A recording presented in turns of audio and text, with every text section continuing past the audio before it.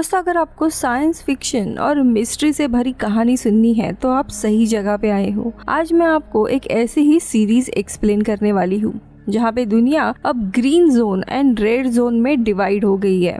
कहानी का नाम है इनकॉर्पोरेटेड। कहानी का समय है 2074, जहाँ पे क्लाइमेट चेंज ने अब पूरे अर्थ को तबाह कर दिया था, जिसके कारण हर जगह खाने पीने की कमी हो चुकी थी। अब बचे हुए देशों को प्राइवेट कंपनीज कंट्रोल करती थी और जो लोग भी इन कंपनीज के लिए काम करते थे एज हाई रैंकिंग ऑफिसर्स, उन्हें कंपनी द्वारा रहने के लिए ग्रीन जोन जगह में घर दिया जाता था। ग्रीन जोन काफी साफ सुथरी और हरी भरी जगह होती है। उनकी लाइफ पूरी सेट है, लेकिन वहाँ पे भी लिमिटेड खाना होता है। चिकन, बर्गर जैसी चीजें अब काफी महंगी हो गई है और इसी के कारण लोग अब फूड पॉर्न देखते हैं। वही दूसरी जगह गरीब लोग होते हैं जो रेड जोन में रहा करते हैं, जो पूरा स्लम से भरा हुआ है, जहाँ पे कुछ भी सुख सुविधाएं नहीं है।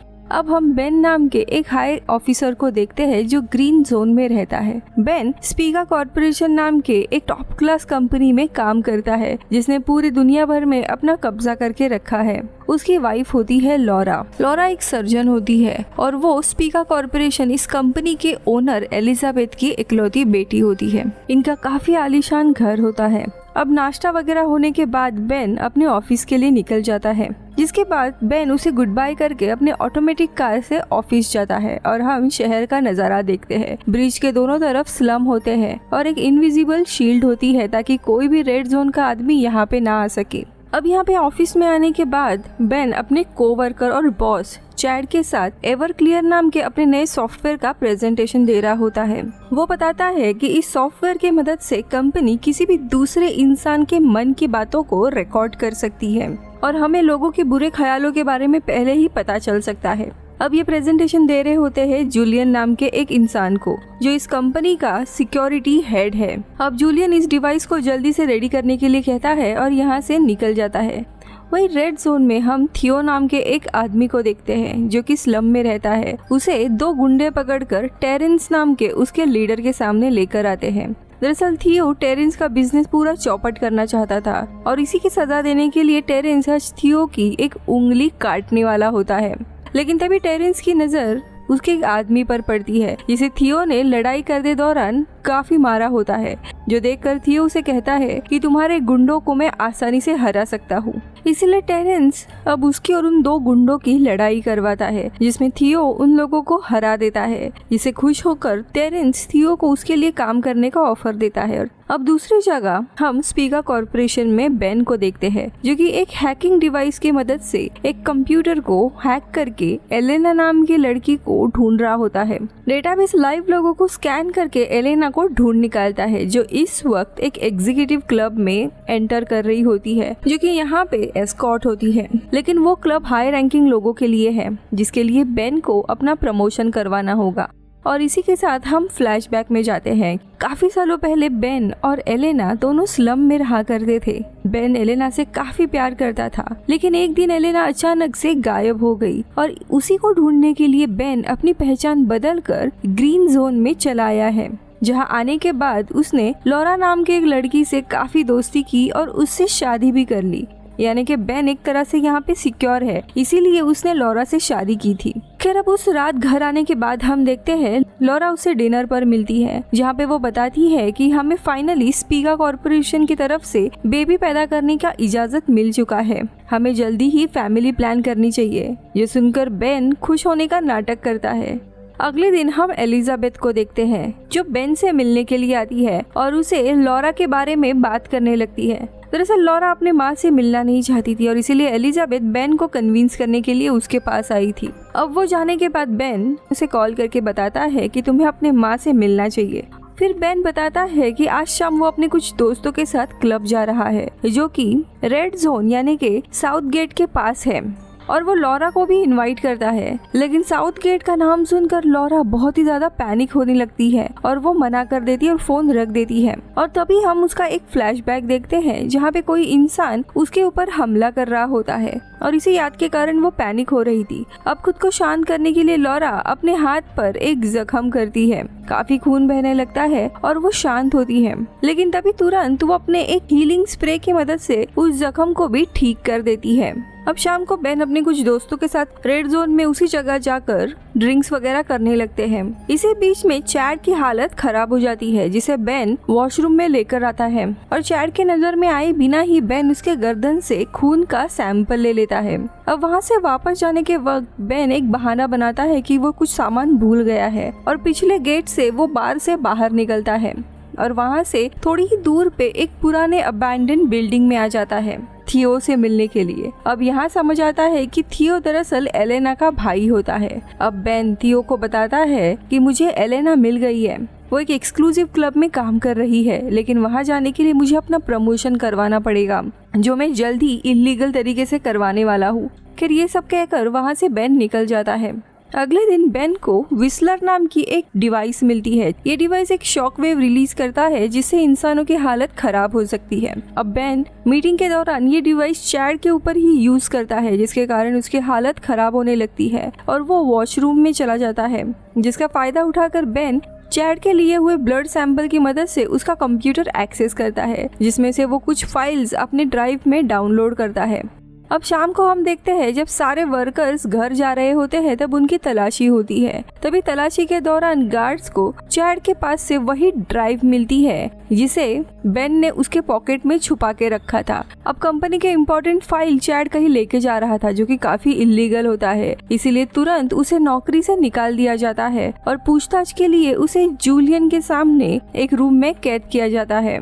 अब यहाँ पे चैड की जगह खाली हो गई थी, इसीलिए बेन काफी खुश होता है कि उसका प्रमोशन होगा। लेकिन एलिजाबेथ पूरे ऑफिस में ऐलान करवाती है कि ऑफिस में एक वैकेंसी आ गई है और अब उसके लिए कैंडिडेट्स को इंटरव्यू देना पड़ेगा, यानी कि अब बेन को भी इंटरव्यू के थ्रू ही जाना होगा। अब बेन जब घर जा रहा होता है तभी वो अपने बचपन का फ्लैशबैक देखने लगता है। बेन रेड जोन में ही रहा करता था, जिसका असली नाम एरॉन है। बेन के पिता बचपन में ही चल बसे थे, पर बेन काफी होशियार और चालाक लड़का होता है। उसने एक ऐसा चश्मा बनाया था जिससे वो किसी की भी आंखों को स्कैन करके उनकी डिटेल्स को रिकॉर्ड कर सकता है। और बचपन में ही उसकी मुलाकात एलेना नाम से लड़की से हुई थी, जिसके साथ मिलकर बेन अलग अलग लोगों का रिकॉर्ड यूज करके खाना चुराया करता था। जिसके बाद बेन और एलेना में प्यार हो गया और दोनों भी साथ रहने लगे थे। एक दिन एलेना को पढ़ने के लिए स्कॉलरशिप भी मिलती है, जिसके लिए उसे स्लम छोड़ के जाना पड़ता है। लेकिन जाने से पहले वो बेन को एक अंगूठी देकर जाती है। छोटा बेन उसे ढूंढने की काफी कोशिश करता है। इसी दरमियान उसकी मुलाकात रीड नाम के आदमी से होती है, जो बेन के साथ मिलकर उसके चश्मे की मदद से उसे पैसे कमाने का ऑफर देता है और बेन भी मान जाता है। खैर, अब दूसरी जगह हम जूलियन को देखते हैं, जो चैड को काफी टॉर्चर कर रहा होता है और उसे पूछता है कि तुम उस दिन रेड जोन में क्यों गए थे। तो चैड उसे बताता है कि वहां जाने का आइडिया बेन का था। और तभी हम बेन को उसके ऑफिस में देखते हैं, जो कि अपने हैकिंग डिवाइस की मदद से चैड के पूछताछ का सीसीटीवी वीडियो देख रहा होता है। पर तभी वहाँ पे गार्ड्स आ जाते हैं और उसके पूरे ऑफिस की तलाशी लेते हैं। लेकिन बेन ने अपना हैकिंग डिवाइस पहले ही छुपा दिया था, इसीलिए गार्ड्स को कुछ भी नहीं मिलता। अब उनके जाने के बाद बेन उसके दोस्त और राइवल रॉजर के पास जाता है। बेन रॉजर से कहता है कि हमें इंटरव्यू के लिए क्लियर डेटा चाहिए होगा, इसीलिए हम बोल देंगे कि रेड जोन में जाने का आइडिया चैड का ही था। रॉजर मान जाता है, लेकिन उसे बेन के ऊपर भी शक होता है। खैर, दूसरी जगह जूलियन अब बेन को मिलने के लिए बुलाता है और उसे रेड जोन के बारे में सवाल करता है। तो बेन झूठ कहता है कि वहां जाने का आइडिया चैड का था। अब बेन वहां से जा रहा होता है कि तभी वो टेबल के नीचे अपना वही हैकिंग डिवाइस छुपा देता है और बाहर आता है। बाहर आने के बाद गार्ड्स फिर उसकी तलाशी लेते हैं, लेकिन उसके पास कुछ भी नहीं मिलता। अब थोड़े समय के बाद बेन वापस उसी सिक्योरिटी के कमरे में जाता है अपने डिवाइस को लेने के लिए, लेकिन तब तक देर हो चुकी थी। वो डिवाइस किसी और ने ले लिया होता है, यानी कि अब कोई और भी है जो बेन पर नजर रखे है। अब यहाँ पे चैड का मेडिकल रिपोर्ट के दौरान पता चलता है कि किसी ने उसके ऊपर विस्लर डिवाइस यूज किया था, जिसके कारण उसकी हालत खराब हो गई थी। अब इसी के चलते बेन को वापस पूछताछ के लिए बुलाया जाता है, पर इधर भी बेन कहता है कि हाँ, मैंने वो डिवाइस लिया तो था, लेकिन मुझे चैड ने ही ऐसा करने के लिए कहा था। जो सुनकर जूलियन चैड से इसके बारे में पूछने जाता है, लेकिन यहाँ पे एलिजाबेथ के ऑर्डर के अनुसार चैड की दिमाग की सारी यादों को पहले से ही मिटा दिया होता है, क्योंकि एलिजाबेथ को डर लग रहा था कि अगर इन्होंने जल्दी चैड का कुछ नहीं किया तो शायद कंपनी के शेयर होल्डर्स को चैड के बारे में पता चल जाएगा। इसीलिए याददाश्त मिटाने के बाद चैड को अब स्लम में लेकर आते हैं और छोड़ देते हैं, जिसे अब खुद का नाम भी याद नहीं होता। वही ऑफिस में हम रॉजर को देखते हैं जिसने बेन की वही हैकिंग डिवाइस को चुराया होता है जिसे वो अपने कंप्यूटर में लगाता है, लेकिन इससे पूरा कंप्यूटर सेल्फ डिस्ट्रक्ट मोड में चला जाता है। लेकिन रॉजर कैसे तैसे अपने कंप्यूटर को बंद करता है। वही दूसरी तरफ रेड जोन में हम थियो को देखते हैं जिसे पता चलता है कि उसका अगला फाइट एक स्काउट देखने के लिए आएगा जो शायद उसे फाइट करने के लिए ग्रीन जोन भी लेकर जा सकता है। और अगर ऐसा हुआ तो थियो एलेना को ढूंढने का एक मौका मिलेगा। पर लड़ने से पहले वो एक बार अपने अपोनेंट से मिलने के लिए जाता है और उसे बातों ही बातों में अपना चिकन भी दे देता है ताकि लड़ाई में वो उसके ऊपर इजी जाए। जिसके बाद लड़ाई शुरू होती है, लेकिन अपोनेंट उसकी एक भी बात नहीं मानता और कुछ इलीगल तरीके से वो थियो को काफी धोने लगता है। अब ये देखते हुए थियो भी एक एनिमल बोन लेता है और लड़ाई के दौरान उसे उससे मारने लगता है। अब इसी तरह वो ये लड़ाई जीत जाता है और टेरेंस उसे अपना नया स्टार घोषित करता है। वही दूसरी जगह हम रीड को देखते हैं जो बेन से मिलने आया था। दरअसल रीड खुद भी स्पीगा कॉर्पोरेशन में ही एक नकली नाम लेकर काम कर रहा होता है और वो यहाँ पे बेन को बताता है कि एक लड़की एग्जीक्यूटिव क्लब से भागने की कोशिश कर रही थी जिसे गोली मार दी गई है, लेकिन मुझे नहीं पता ये एलेना थी या कोई और थी। ये देखकर बेन थोड़ा परेशान होता है और हम 6 साल पहले का फ्लैशबैक देखते हैं जहाँ पे बेन की मुलाकात फिर से एलेना से होती है जो बीच बीच में अपने पिता के डाइनर में काम किया करती थी। बेन एलेना को उसकी अंगूठी वापस दे देता है। एलेना अपने कॉलेज में चली जाती है और बेन उसके ऊपर स्पाई करने लगता है। एक दिन उसके क्लास में वो देखता है इन्हें कंप्यूटर स्क्रीन पे काफी अजीब से ऐड दिखाए जा रहे हैं। इतना ही नहीं, उन्हें एक सीरम भी अपने शरीर में इंजेक्ट करना पड़ता था और इसी के कारण उसे सीजर्स आने लगते हैं। अब बेन उसे बचाने के लिए एलेना को वहाँ से भगाकर लेकर जाता है और दोनों भी काफी अच्छा टाइम स्पेंड करते हैं। अब यहाँ पे प्रेजेंट में हम देखते हैं लॉरा घर पे होती है और उसकी जो मेड होती है उसे पुलिस ने पकड़ा होता है क्योंकि वो इनके घर से मीट चुरा रही होती है। लेकिन तभी लॉरा आकर पुलिस से झूठ कहती है कि मेड को मीट मैंने ही दिया था। अब ये कहकर लॉरा उस मीट के टुकड़े को पुलिस ऑफिसर को रिश्वत के तौर पे दे देती है जिससे पुलिस वहाँ से चली जाती है। इसके बाद लॉरा अपने मेड से पूछती है कि तुमने मीट क्यों चुराया, तो मेड कहती है कि मुझे वो मीट एक डॉक्टर को देने के लिए चाहिए था ताकि मैं अपने बीमार बच्चे का इलाज करवा सकूं। जो सुनकर लॉरा फिर खुद उस बच्चे से जाकर मिलने का फैसला करती है।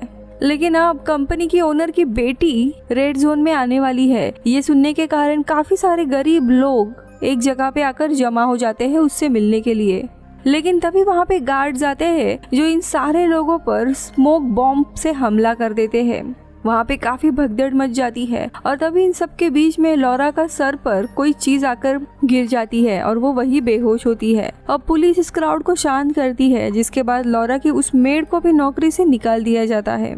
इसके बाद अगले सीन में हम स्पीगा कॉर्पोरेशन के ही कॉम्पिटिटर इनाज़ाकी कॉर्पोरेशन के ऑफिस में देखते हैं जहाँ पे बच्चों को एक प्रोपेगेंडा वीडियो दिखाया जा रहा होता है जिसमें बताते हैं कि अगर उन्हें कोई भी अजीब चीज उनके घर में मिलती है तो तुरंत पुलिस को आके बताना है।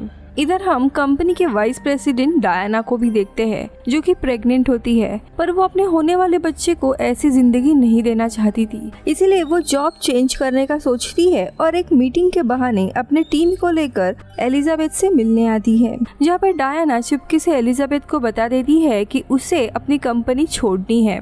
जिसके बाद एलिजाबेथ अपनी टीम से पूछती है कि हम डायना को अपने ऑफिस में कैसे ला सकते हैं, तो बेन बताता है कि हम लोग डायना की मौत का नाटक कर सकते हैं। इसके बाद जो प्रोस्टिट्यूट अभी मरी थी उसे डायना की जगह पे रख सकते हैं सर्जरी करके, जिससे उनके कंपनी को शक भी नहीं होगा। अब सभी लोग इस प्लान के लिए मान जाते हैं और तुरंत इस पे काम करने लगते हैं। इसके बाद डायना एलिजाबेथ से एक बाथरूम में आकर मिलती है। ये जगह कोई भी मॉनिटर नहीं कर सकता था क्योंकि यहाँ पे एक इनविजिबल फील्ड होती है। यहाँ पे डायना रिवील करती है कि मैं अगर चाहूँ तो भी थोड़ा मुश्किल लग रहा है क्योंकि कंपनी वालों ने मेरे हाथ में एक वायरस लगा के रखा है। अगर मैं उनसे भागने की कोशिश की तो ये वायरस वो लोग एक्टिवेट कर देंगे। आगे वो अपनी कंपनी का एक सीक्रेट रिवील करती है और कहती है कि इनाज़ाकी कॉरपोरेशन एक खास तरह के सीड्स को बना रहा है जिससे रेगिस्तान में भी फसल उग सकती है। वही दूसरी जगह ये लोग उस एस्कॉर्ट के लाश को लाते हैं, लेकिन उसकी ऑलरेडी प्लास्टिक सर्जरी करके डायना जैसे चेहरा बना दिया होता है, इसीलिए बेन पहचान नहीं पाता कि ये एलेना है या नहीं। अब मीटिंग शुरू होती है और प्लान के अनुसार एलिजाबेथ एक पॉइजन नीडल से डायना के हाथ पर स्क्रैच कर देती है और डायना बेहोश होती है। अब ये लोग उसे एम्बुलेंस में लेकर जाने के लिए एलिवेटर में लेकर जाते हैं, लेकिन वहाँ पर भी वो इनविजिबल फील्ड होती है। एलिवेटर में जाने के बाद वहाँ पर जूलियन उस दूसरे लाश को लेके ऑलरेडी होता है। अब दोनों भी मिलकर डायना को होश में लाते हैं। तभी बेन डायना के हाथ से वही टेक वायरस को निकालकर डीएनए की मदद से उस दूसरे बॉडी में वायरस ट्रांसफर करता है पता और ऑफिसर्स को बता देता है कि डायना अब मर गई है। अब थोड़े समय के बाद उस मरे हुए औरत का सामान जब बेन चेक कर रहा होता है तभी उस बैग में उसे एलेना की ही अंगूठी मिलती है, जिसे देख वो बहुत ही पैनिक होता है, यानी कि वो औरत शायद एलेना ही थी। अब उस अंगूठी को लेकर वो थियो से मिलने जाता है, पर जैसे ही थियो उस अंगूठी को हाथ में पकड़ता है कि तभी उसके डीएनए के कारण अंगूठी में से एक सीक्रेट वीडियो प्ले होने लगता है। उसने अंगूठी दरअसल अपने कोवर्कर को दी होती है ताकि वो थियो तक पहुंच सके, यानी कि एलेना अभी भी जिंदा है। दूसरी तरफ हम रॉजर को देखते हैं, जो दरअसल प्रमोशन के चक्कर में अब बेन का पर्दाफाश करना चाहता था, इसीलिए वो रेड जोन में आता है एक हैकर को ढूंढते हुए और उसे बेन का डिवाइस एक्सेस करने कहता है। अब वो हैकर यानी रमोना उसे एक लीव देती है जिसपे एक हैकिंग की होती है, जिसे रॉजर काफी सीक्रेटली ऑफिस लेकर आता है, या फिर वो हैकिंग की के मदद से बेन के उसी डिवाइस को एक्सेस कर पाता है। अब बेन के उस डिवाइस के अंदर उसे एलेना के बारे में पता चलता है, लेकिन वो भी उस क्लब में जा नहीं सकता था, इसीलिए वो अपने पिता के पास आता है जॉर्ज, जो काफी प्रेस्टिजियस ऑफिसर होते हैं, और उनसे एलेना की फाइल मांगता है। पर रॉजर के पिता उसके सामने एक शर्त रखते हैं कि रॉजर अपने बड़े भाई को कन्विंस करेगा कि वो फैमिली वेल्थ छोड़कर पागल खाने चला जाए, लेकिन ये सुनकर रॉजर गुस्से में मना करके चला जाता है। अब यहाँ पे हम बेन का दूसरा फ्लैशबैक देखते हैं, जहाँ एलेना की स्कॉलरशिप चली गई होती है और अब वो डाइनर में काम कर रही थी, लेकिन तभी स्पीगा कॉर्पोरेशन की रेबेका नाम की एक औरत आती है और उसे एस्कॉर्ट का जॉब ऑफर करती है। ये सुन के एलेना के पिता गस तो बहुत ही गुस्सा हो जाते हैं और उन्हें जाने के लिए कहते हैं, लेकिन एलेना को पैसे की काफी जरूरत होती है, इसीलिए बेन और थियो दोनों एक स्कैम करते हैं और पैसों के एक्सचेंज रेट को हैक करके बदल देती है और उन्हें काफी पैसे मिलते हैं। फिर बेन एलेना से मिलने आता है और उसे वो पैसे ऑफर करता है। इनके बातचीत के दरमियान ही बाहर से कोई आदमी आकर इनके डाइनर में बॉम्ब गिराता है और वहाँ पे बहुत ही बड़ा ब्लास्ट होता है। बेन के पैसे भी वहाँ पे जल जाते हैं। वही फायर फाइटर्स भी इस आग को बुझाने में मना कर देते हैं क्योंकि गस्तव ने उस जगह का रेंट नहीं दिया था। अब गस्तव को लगता है ये सब कुछ बेन के स्कैम के कारण हुआ है, इसीलिए वो उसके ऊपर बहुत ही गुस्सा होता है, जिसके बाद पुलिस गस्तव को उसके कर्जे के कारण जेल में लेकर जाती है। अब पिता को बाहर निकलवाने के लिए एलेना रेबेका का ऑफर मान जाती है, लेकिन तभी बेन को पता चलता है कि रेबेका ही थी जिसने बार में आग लगवाई थी और इसीलिए वो रेबेका पर हमला करने आता है, लेकिन रेबेका के बॉडीगार्ड्स बेन को टीजर गन से रोक देते हैं। जिसके बाद एक दिन बार में बेन की मुलाकात रीड से होती है, जो कि स्पीगा कॉर्पोरेशन में फेक आइडेंटिटी से काम कर रहा था और इसीलिए बेन यहाँ रीड के साथ डील करता है कि उसे भी एक नई पहचान चाहिए। अब आते हैं प्रेजेंट में, जहाँ पे बेन लॉरा के साथ होने वाले बच्चे का चेहरा डिजाइन कर रहा होता है, पर ये चीज बेन को पसंद नहीं आती और इसीलिए वो रीड के पास जाकर अपने लिए बर्थ कंट्रोल के पिल मंगवाता है। वही दूसरी तरफ डायना को देखते हैं, जिसे एक नई आइडेंटिटी दी गई होती है और वो अपने कंपनी के सारे सीक्रेट एलिजाबेथ को बता रही होती है और कहती है कि हमारे कंपनी में सर्जन नाम का एक साइंटिस्ट है जो सॉल्ट वाटर के पानी से फसल उगाने की मेथड को बना रहा है। वही दूसरी तरफ रॉजर अब फाइनली उन फाइल्स को अपने फोन में ओपन कर लेता है, पर उसका ऐसा करते हुए फोन में एक ट्रैकिंग डिवाइस भी डाउनलोड हो जाती है, जिसके कारण रॉजर को अब मजबूरी में अपने भाई से मिलने जाना पड़ता है। या फिर हम रॉजर के भाई को देखते हैं, जिसने अपनी न्यूरल इम्प्लांट सर्जरी करवाई थी, लेकिन इसके कारण उसका दिमाग के इमोशनल पैलेट खराब हो गया था और क्योंकि उसे भी रॉजर की तरह अपने पिता से नफरत होती है, इसीलिए रॉजर यहाँ अपने भाई के साथ एक डील करता है, जहाँ पर उसका भाई वैसे ही करेगा जैसे उनके पिता चाहते हैं। जिसके बाद रॉजर एक स्कीम से उसके पिता को रेड जोन में भेज देगा हमेशा के लिए और प्रॉपर्टी इन दोनों के नाम हो जाएगी। जिसके लिए उसका भाई तैयार हो जाता है। अब डील हो गई थी, इसीलिए उसके पिता रॉजर को उस एक्सक्लूसिव क्लब में जाने का इनविटेशन दे देते हैं और इसी तरह रॉजर उसी एग्जीक्यूटिव होटल में जाता है जहाँ पे एलेना थी। अब फाइनली उसकी मुलाकात एलेना से होती है, पर रॉजर की लोकेशन को ट्रैक करते हुए बेन भी उसके होटल में पहुंच जाता है। इतने सालों के बाद उसे देखने पर वो बहुत इमोशनल होता है। खैर इधर एलेना और रॉजर अब एक कमरे में आते हैं जहाँ पे एलेना उसे अपना नाम एना बताती है। अब रॉजर उसे उसके अतीत के बारे में पूछने लगता है, लेकिन वो ज्यादा जानकारी नहीं देती। अब ये सुनकर रॉजर एलेना से बेन के बारे में भी सवाल करता है, पर एलेना कहती है कि मुझे बेन नाम का कोई भी इंसान के बारे में नहीं पता। अब ये सुनकर रॉजर एलेना को जानबूझकर डराने की कोशिश करने लगता है, लेकिन बेन दूसरे कमरे से इन दोनों पर भी नजर रखे होता है और एलेना को बचाने के लिए वो जानबूझकर एक सिस्टम को हैक करके होटल के अलार्म बजवाता है, जिसके कारण गार्ड्स आकर एलेना को लेकर जाते हैं।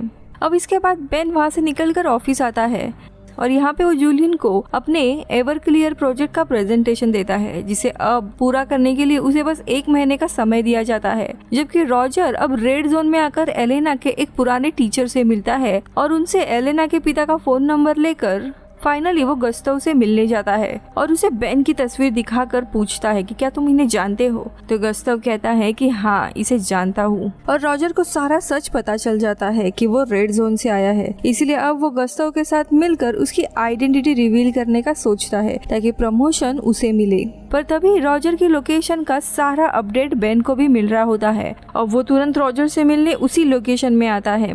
अब यहाँ पे बेन रॉजर को एक डील ऑफर करता है कि वो एलिजाबेथ को मनाएगा कि ये प्रमोशन रॉजर को ही मिले, जिसके बदले में रॉजर किसी को भी बेन की सच्चाई नहीं बताएगा, जिस पर रॉजर मान जाता है। लेकिन तभी बेन रॉजर की गाड़ी में देखता है वो ये सब कुछ रिकॉर्ड कर रहा होता है। अब इसीलिए दोनों की फाइट होती है और बेन उसे मार देता है, जिसके बाद वो थियो की मदद से रॉजर की लाश को उसी के ऑटोमेटिक कार में डालकर उसे एक डस्ट स्टॉर्म की तरफ भेज देता है ताकि सभी को लगे रॉजर की मौत एक एक्सीडेंट से हुई है।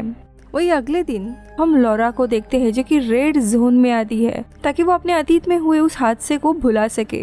और हम 8 साल पहले का सीन देखते हैं जहाँ पे लॉरा अपने दोस्तों के साथ रेड जोन के ही एक बार में आई हुई थी, लेकिन ब्रैडली नाम के एक लड़का उसके साथ फ्लर्ट कर रहा होता है और दोनों भी क्लब से बाहर आते हैं। लेकिन ब्रैडली उसे बेहोश करके किडनैप करके घर लेकर जाता है जहाँ पे उसकी फैमिलीज भी थी। इसके बाद ये लोग एलिजाबेथ को कॉल करके पैसे मांगते हैं। अब यहाँ पे कंपनी का सिक्योरिटी हेड कोनर पैसे देने के लिए तैयार होता है, लेकिन एलिजाबेथ मना कर देती है क्योंकि अगर लीगल तरीके से पैसे दिए तो यहाँ का लॉ और पुलिस कंपनी की रेपुटेशन रखने के लिए लॉरा को भी मार सकते थे।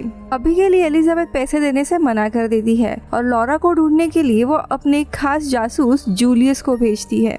तो पैसे नहीं आ रहे, इसीलिए ब्रैडली लॉरा को टॉर्चर करके उसका एक वीडियो बनाकर एलिजाबेथ को भेजता है। तो यहाँ पे जूलियन को एक पुलिस ऑफिसर से ब्रैडली का लोकेशन मिल जाता है। दूसरी तरफ लॉरा एक चाकू की मदद से अपने हाथों को खोल देती है और फिर उसी चाकू से वो ब्रैडली की बहन पर हमला करके उसे मार देती है। तभी जूलियन भी वहाँ आता है जो कि ब्रैडली को गोली मार देता है और इसी तरह लॉरा की जान बच जाती है। लेकिन इसी हादसे के कारण लॉरा और एलिजाबेथ में काफी दरार पड़ती है और लॉरा अपने माँ से बात करना बंद कर देती है। अब सीन प्रेजेंट में आता है जहाँ पे लॉरा रेड जोन में आकर अपनी पुरानी मेड से मिलती है, जहाँ पे फिर वो उसी बीमार बच्चे की चोट को हीलिंग स्प्रे लगाकर उसे ठीक कर देती है। लेकिन तभी वहाँ पे गौरान नाम का एक लोकल डॉन आकर लॉरा को किडनैप करके अपने बेस में लेकर आता है, जहाँ पे वो लॉरा को अपने लोगों का इलाज करने के लिए एक डील ऑफर करता है, जो लॉरा एक्सेप्ट करती है क्योंकि उसे अमीर लोगों की कॉस्मेटिक सर्जरी से ज्यादा गरीब लोगों का इलाज करना ज्यादा अच्छा लग रहा था। वही दूसरी तरफ बेन रॉजर के घड़ी में कुछ चेंजेस करके उसे थियो को देता है, जो फिर उस घड़ी को एक बार में लेकर जाता है और सबको ये घड़ी स्पीका कॉर्पोरेशन ने बनाई है बताता है। अब ये वहाँ पर मौजूद इनाज़ाकी कॉर्पोरेशन के 2 वर्कर भी सुनते हैं और इसीलिए वो दोनों फिर थियो से वो घड़ी खरीद लेते हैं, जो कि असल में बेन का ही प्लान का हिस्सा था। अब इधर सीन फिर उसी रेगिस्तान में शिफ्ट होता है जहाँ पे 2 लोगों को रॉजर की लाश उसी गाड़ी में मिलती है। तो यहाँ दूसरी तरफ हम बेन को देखते हैं जिसने एवरक्लियर नाम का वही डिवाइस अब पूरा बना लिया होता है और वो रीड के साथ खुद पे ही उस डिवाइस टेस्ट करता है और यहाँ पे स्क्रीन पर रॉजर के साथ उसने क्या क्या किया है वो सब कुछ दिखाई देता है। वही दूसरी जगह पे हम देखते हैं इनाज़ाकी's कंपनी के ऑफिस में जो 2 एम्प्लॉय होते हैं वो रॉजर की घड़ी लेकर आते हैं और उसे एक्टिवेट कर देते हैं, जिसका सिग्नल एलिजाबेथ को भी मिल जाता है। इसीलिए अब उन्हें लगता है कि रॉजर ने इन्हें धोखा दिया है और वो इनाज़ाकी कॉर्पोरेशन में मिल गया है। अब ये सोचकर जूलियन फिर फिलिप नाम के एक दूसरे इनाज़ाकी के एग्जीक्यूटिव वर्कर को किडनैप करके अपने ऑफिस में लाता है और बेन ने बनाया हुआ वही माइंड रीडिंग का डिवाइस उस पे लगाता है ताकि जानकारी निकाल पाए। अब इन्हें उसके दिमाग से सर्जय की लोकेशन पता चलती है, जिसे उन्होंने व्हाइट हॉर्स नाम के एक खुद के फैसिलिटी में रखा होता है। जिसके बाद उसे रॉजर के बारे में पूछा जाता है, लेकिन अफकोर्स उसे कुछ भी पता नहीं होता, इसीलिए वो कुछ भी बता नहीं पाता। जिसके बाद बेन फिर फिलिप के आज की सारी याददाश्त को मिटा देता है और उसे बेहोश करके एक जगह पे छोड़ देता है और काफी सारी शराब की बोतल आसपास रखता है ताकि पता चले कि वो नशे में धुत था। इसी बीच में एक और गार्ड को रॉजर के ऑफिस से वही हैकिंग डिवाइस मिलता है। अब जूलियन को इसके बारे में पता चलता है और वो फाइल्स को ओपन करता है जिसमें उसे एलेना की जानकारी मिलती है। अब वो एलेना से पूछताछ करने के लिए जाता है कि रॉजर तुमसे मिलने के लिए क्यों आया था। अब यहाँ पर बेन का पर्दाफाश होने ही वाला था, तभी वहाँ पर बेन आकर उन्हें रोकता है। अब बेन काफी सीक्रेटिव होता है, वो देखकर एलिना समझ जाती है कि ये अंडर कवर है, इसीलिए वो जूलियन को कहती है कि रॉजर मुझसे एलिजाबेथ के बारे में जानने के लिए आया था। अब उसे पूछताछ के बाद जूलियन अपने घर आता है, लेकिन तभी उसे अपने फोन पर रॉजर की लाश का एक तस्वीर मिलती है, जो देखकर जूलियन समझ जाता है कि रॉजर को दरअसल कंपनी में ही किसी ऑफिसर ने मारा है। इसीलिए वो अगले दिन एलिजाबेथ से मिलता है और उसे एवरक्लियर इस डिवाइस ऑफिशियली इस्तेमाल करने की परमिशन मांगता है और एलिजाबेथ मान जाती है। अगले सीन में हम बेन को देखते हैं, जिसे रीड से पता चलता है कि जूलियन को अब रॉजर की लाश मिल गई है और अब वो एवरक्लियर इस डिवाइस की मदद से खूनी को पकड़ना चाहता है। उसे ये भी बताता है कि जूलियन को पता है कि कोई ऑफिस का ही बंदा मिला हुआ है, इसीलिए अब बेन के पास से एवरक्लियर सिस्टम का एक्सेस भी ले लिया होता है। यानी कि अगर बेन से पूछताछ की तो उन्हें पता चल जाएगा कि इसी ने रॉजर को मारा है। अब इसी कारण से बेन फिर रीड के एक सीक्रेट लैब में आकर अपने लिए एक नया एवरक्लियर डिवाइस बनाने लगता है, जिसकी मदद से बेन अपने एरॉन वाली पिछली जिंदगी की सारी यादें मिटा देता है। इतना ही नहीं, जब उसने रॉजर को मारा था वो भी यादें मिटा देता है और वो इन सारी यादों को एक कॉपी करके दूसरे डिवाइस में डाल देता है, जो कि रीड अपने पास रखता है। अब ये सारी यादें चली गई थी, यानी बेन को एक वापस नई पर्सनालिटी मिल गई थी और इसी के कारण वो घर जाकर लॉरा से मिलता है। उसका बर्ताव पूरा बदल गया था, वो लॉरा से काफी प्यार और काफी अच्छे से बात करने लगता है, जो कि लॉरा भी नोटिस करती है और इन सब से लॉरा बहुत ही सरप्राइज थी। अब अगले दिन बेन लॉरा के लिए एक अंगूठी खरीदता है और गलती से वैसी ही अंगूठी पसंद करता है जो कि एलेना की थी। अब इसके बाद बेन ऑफिस आता है, जहाँ पे जूलियस उसके ऊपर एवरक्लियर डिवाइस लगाता है और उसकी पूछताछ करने लगता है। पर क्योंकि बेन ने ये सारी याददाश्त पहले ही मिटा दी थी, इसीलिए जूलियस को कुछ भी पता नहीं चल पाता। इनफैक्ट अपने दोस्त यानी रॉजर को मरा हुआ देख वो बहुत ही ज्यादा इमोशनल होता है। अब उसी दिन बेन जाकर रीड से मिलता है एज अ कलीग। वो रीड को पहचानता ही नहीं है कि ये पहले का उसका दोस्त है। अब बेन को अच्छे मूड में देखकर रीड फैसला करता है कि वो बेन की पुरानी याददाश्तें उसे वापस नहीं करेगा, क्योंकि रीड की एक फैमिली होती है जिसमें उसकी छोटी बच्ची होती है और बेन के काले धंधों के कारण रीड की फैमिली खतरे में आ सकती थी। इसीलिए वो अपना फायदा सोचते हुए उसकी यादें उसे वापस नहीं करता। लेकिन उनकी ये मुसीबत तब शुरू होती है जब बेन खुद जूलियस के पास जाकर कहता है कि मेरे दोस्त को किसी ने मारा है और मैं रॉजर के खूनी को पकड़ना चाहता हूँ। जिसके बाद बेन रॉजर की गाड़ी का जीपीएस को ट्रैक करते हुए ये लोग खून के लोकेशन पे पहुंच जाते हैं। वो जगह तो तबाह हो गई थी, लेकिन वहाँ पे बेन को एक वेदर मॉनिटरिंग सिस्टम मिलता है, जिसके अंदर सारी विंड्स और साउंड का पैटर्न का डेटा होता है, जिसे बेन फिर रॉजर के खून के समय असल में क्या हुआ था इसका 3D मॉडल बनाने का कहता है और जूलियस मान जाता है। लेकिन इसी बीच में रीड को बेन की एक वीडियो मिलती है, जिसे बेन ने अपने याददाश्त मिटाने से पहले रिकॉर्ड किया था, जिसमें बेन ने रीड से कहा होता है कि अगर तुमने मुझे मेरी यादों को 72 आवर्स के अंदर वापस नहीं दिया तो स्पीका कॉर्पोरेशन को तुम्हारी असली पहचान के बारे में मैं बता दूंगा। जो सुनकर रीड फिर बेन के सिस्टम को हैक करने की कोशिश करता है ताकि उसकी जानकारी को, लेकिन इसके कारण बेन का और एक वीडियो उसे मिलता है जिसमें वो कहता है कि अब तुम्हारे पास सिर्फ 36 घंटे का समय है मुझे अपनी याददाश्त देने के लिए, या यहाँ दूसरी तरफ थियो एक बार फिर से वो ड्रग लेता है और फाइट करने जाता है, जहाँ इस बार उस ड्रग के कारण वो अपने अपोनेंट को जान से ही मार देता है। लेकिन धीरे धीरे जैसे ड्रग का असर खत्म होने लगता है, तब थियो को समझ आता है कि उसने बहुत ही बड़ी गलती की है और वो ड्रग वापस ना लेने का फैसला करता है। अब इधर सीन फिर बेन पर शिफ्ट होता है, जो कि घर आकर लॉरा के साथ इंटीमेट होता है। जिसके बाद बेन जाकर अपने 3D मॉडल पर काम करता है। अब पूरा होने पर एक होलोग्राम सामने आता है, जिसमें वो खुद को और थियो को देखता है, जो रॉजर को मार रहे होते हैं। ये देखकर वो बहुत ही ज्यादा हैरान हो जाता है। वही दूसरी जगह जूलियस और एलिजाबेथ को देखते हैं। उन्हें लग रहा होता है कि जो भी कंपनी में चल रहा है उसके पीछे इनाज़ाकी कॉर्पोरेशन का हाथ है, इसीलिए वो लोग फिलिप के मेमोरी से मिली हुई इज़ागाकी के एक बेस पर हमला करने का डिसाइड करते हैं। इसी बीच में सीन शिफ्ट होकर इनाज़ाकी के लैब पर आता है, जहाँ पे सर्जय अपनी सॉल्ट वाटर प्रोजेक्ट पर काम कर रहा होता है। पर तभी वहाँ पे स्पीगा कॉर्पोरेशन के सोल्जर्स आकर सारे लोगों को मार देते हैं सिवाय सर्जय के। अब यहाँ पे सर्जय खुद सरेंडर कर देता है, क्योंकि उसका मेन एम होता है कि दुनिया भर का जो भी पॉपुलेशन है उनके लिए खाना उगाना, और वो सारे सोल्जर्स को उसके सीड्स एंड इम्पोर्टेंट चीजें कलेक्ट करने के लिए कहता है। ये लोग वहाँ से निकलने लगते हैं, लेकिन तभी इनाज़ाकी अपना बैकअप भेजती है। अगर इनाज़ाकी कंपनी को पता चल जाए कि ये सब कुछ स्पीगा कॉर्पोरेशन का है तो पूरा वॉर छिड़ जाता। अब इसी के चलते एलिजाबेथ को एक फैसला करना पड़ता है और वो कहती है कि पूरे उस बेस को ही उड़ा दो। ये सुन के जूलियस बहुत ही ज्यादा हैरान होता है, क्योंकि उसे कैसे भी सर्जय को बचाना था ताकि वो गरीब लोगों की मदद कर सके। लेकिन एलिजाबेथ कहती कि हमारी वफादारी सिर्फ शेयर होल्डर्स के लिए ही है, हमें गरीब लोगों की कोई परवाह नहीं है। और ऐसे करते ही उस पूरे फैसिलिटी को डिस्ट्रॉय किया जाता है, जिसमें सर्जय भी मारा जाता है। वही दूसरी तरफ बेन अब जाकर थियो से मिलता है। अब यहाँ पे थियो बेन को एलिना से जुड़ी सारी बातें बताने लगता है, और तभी उसे एक तस्वीर में रीड दिखाई देता है, जिसे देखकर बेन समझ जाता है कि उसके साथ कुछ तो गलत हो रहा है। इसीलिए बेन फिर अपने जीपीएस के डेटा हिस्ट्री की मदद से रीड के सीक्रेट लैब का पता लगाता है और वहाँ पे थियो के साथ जाने लगता है। पर रास्ते में उसे चैड मिलता है, जिसे बेन को देखकर याद आता है कि बेन ने उसकी जिंदगी खराब कर दी है। इसीलिए चैड फिर बेन पर हमला करता है, पर थियो उसे मारकर वही गिरा देता है। जिसके बाद वो दोनों किसी तरह रीड के सीक्रेट लैब के अंदर पहुंचते हैं, जहाँ पे रीड सबसे पहले बेन के डीएनए की मदद से उसके सिस्टम को बंद कर देता है ताकि रीड की सच्चाई बाहर ना जा सके। इसके बाद रीड बेन को सारी बात बताता है और उसे अपनी याददाश्त वाली ड्राइव भी दे देता है, जिसे बेन लेकर यहाँ से निकल जाता है। वही दूसरी तरफ थियो अब उसी फाइटर के फ्यूनरल में चला जाता है, जिसे लड़ाई के दौरान उसने मार दिया था।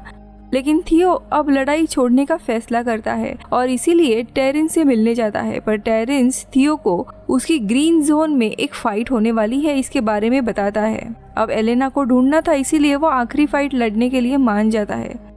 वही अगले सीन में बेन अब घर आकर अपनी सारी पुरानी यादों को वापस अपने दिमाग में डाल रहा होता है, जिसके बाद वो उस 3D मॉडल में अपने चेहरे को हटाकर उसके जगह चैड का चेहरा लगा देता है और थियो का चेहरा पूरी तरीके से छुपा देता है। जिसके बाद वो ये पूरी मेमोरी जाकर जूलियन को देता है। वही दूसरी तरफ एलिजाबेथ अब लॉरा के एक रेड जोन वाले क्लिनिक में आती है, जहाँ लॉरा को गरीबों की मदद करते देख उसे काफी गुस्सा आता है और इनके बीच में बहस हो जाती है और उसे वार्न करती है कि इस क्लिनिक को बंद कर दो। अब उसी दिन एलिजाबेथ ऑफिस में बेन से मिलती है और उसे कॉन्ग्रेचुलेट करती है, क्योंकि अब उसे प्रमोशन दिया जा रहा था चैड की जगह पर। जो सुनकर बेन खुशी से घर आता है और लॉरा को बुलाने लगता है, लेकिन लॉरा नहीं होती। पर तभी कोई शख्स आकर बेन को मारकर बेहोश कर देता है और फिर जब बेन को होश आता है तब वो खुद को एक रूम में बंधा हुआ पाता है। तभी उसके सामने टोबियस नाम का एक इनाज़ाकी का कमांडो आता है, जो बेन को सीधा पैर पे गोली मारता है और कंपनी के सीक्रेट पूछने लगता है। जिसके बाद टोबियस लॉरा को भी वहाँ लाता है, लेकिन बेन अपना मुंह नहीं खोलता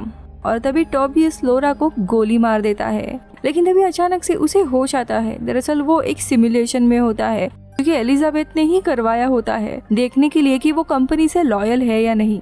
अब उसी रात हम रीड के घर पे देखते हैं। उसकी बेटी अब खेल रही होती है, जो कि गलती से अपने डीएनए की मदद से एक सीक्रेट बॉक्स को खोलती है, जिसके अंदर उसे एक अजीब सा डिवाइस मिलता है। अब ये चीज क्या है ये हमें आगे पता चलेगा। खैर, अब बेन का प्रमोशन हो गया था, वो फाइनली एलेना के साथ रह सकता था, लेकिन उसे स्पीगा से एग्जिट प्लान भी बनाना था। इसीलिए सबसे पहले वो फिलिप के पास जाता है और कहता है मुझे और मेरे एक साथी को यहाँ से भागना है, इसलिए तुम मेरी मदद करोगे और स्पीगा को मैं मर गया हूँ ये बताने के लिए मुझे एक लाश की भी जरूरत पड़ेगी जो तुम अरेंज करोगे, जिसके बदले में मैं तुम्हें एवर क्लियर ये डिवाइस दे दूंगा जो माइंड रीड करता है। अब फिलिप मान जाता है। दरअसल ये एलेना के साथ भागने की तैयारी कर रहा था। इसके बाद वो फाइनली क्लब में जाता है और एलेना से मिलता है और उसे ऑफर करता है कि हम दोनों यहाँ से सेफली भाग जाएंगे, अपनी एक नई जिंदगी बनाएंगे। लेकिन एलेना कहती है कि मैं अब तुम्हारे साथ कोई भी जिंदगी बिताना नहीं चाहती।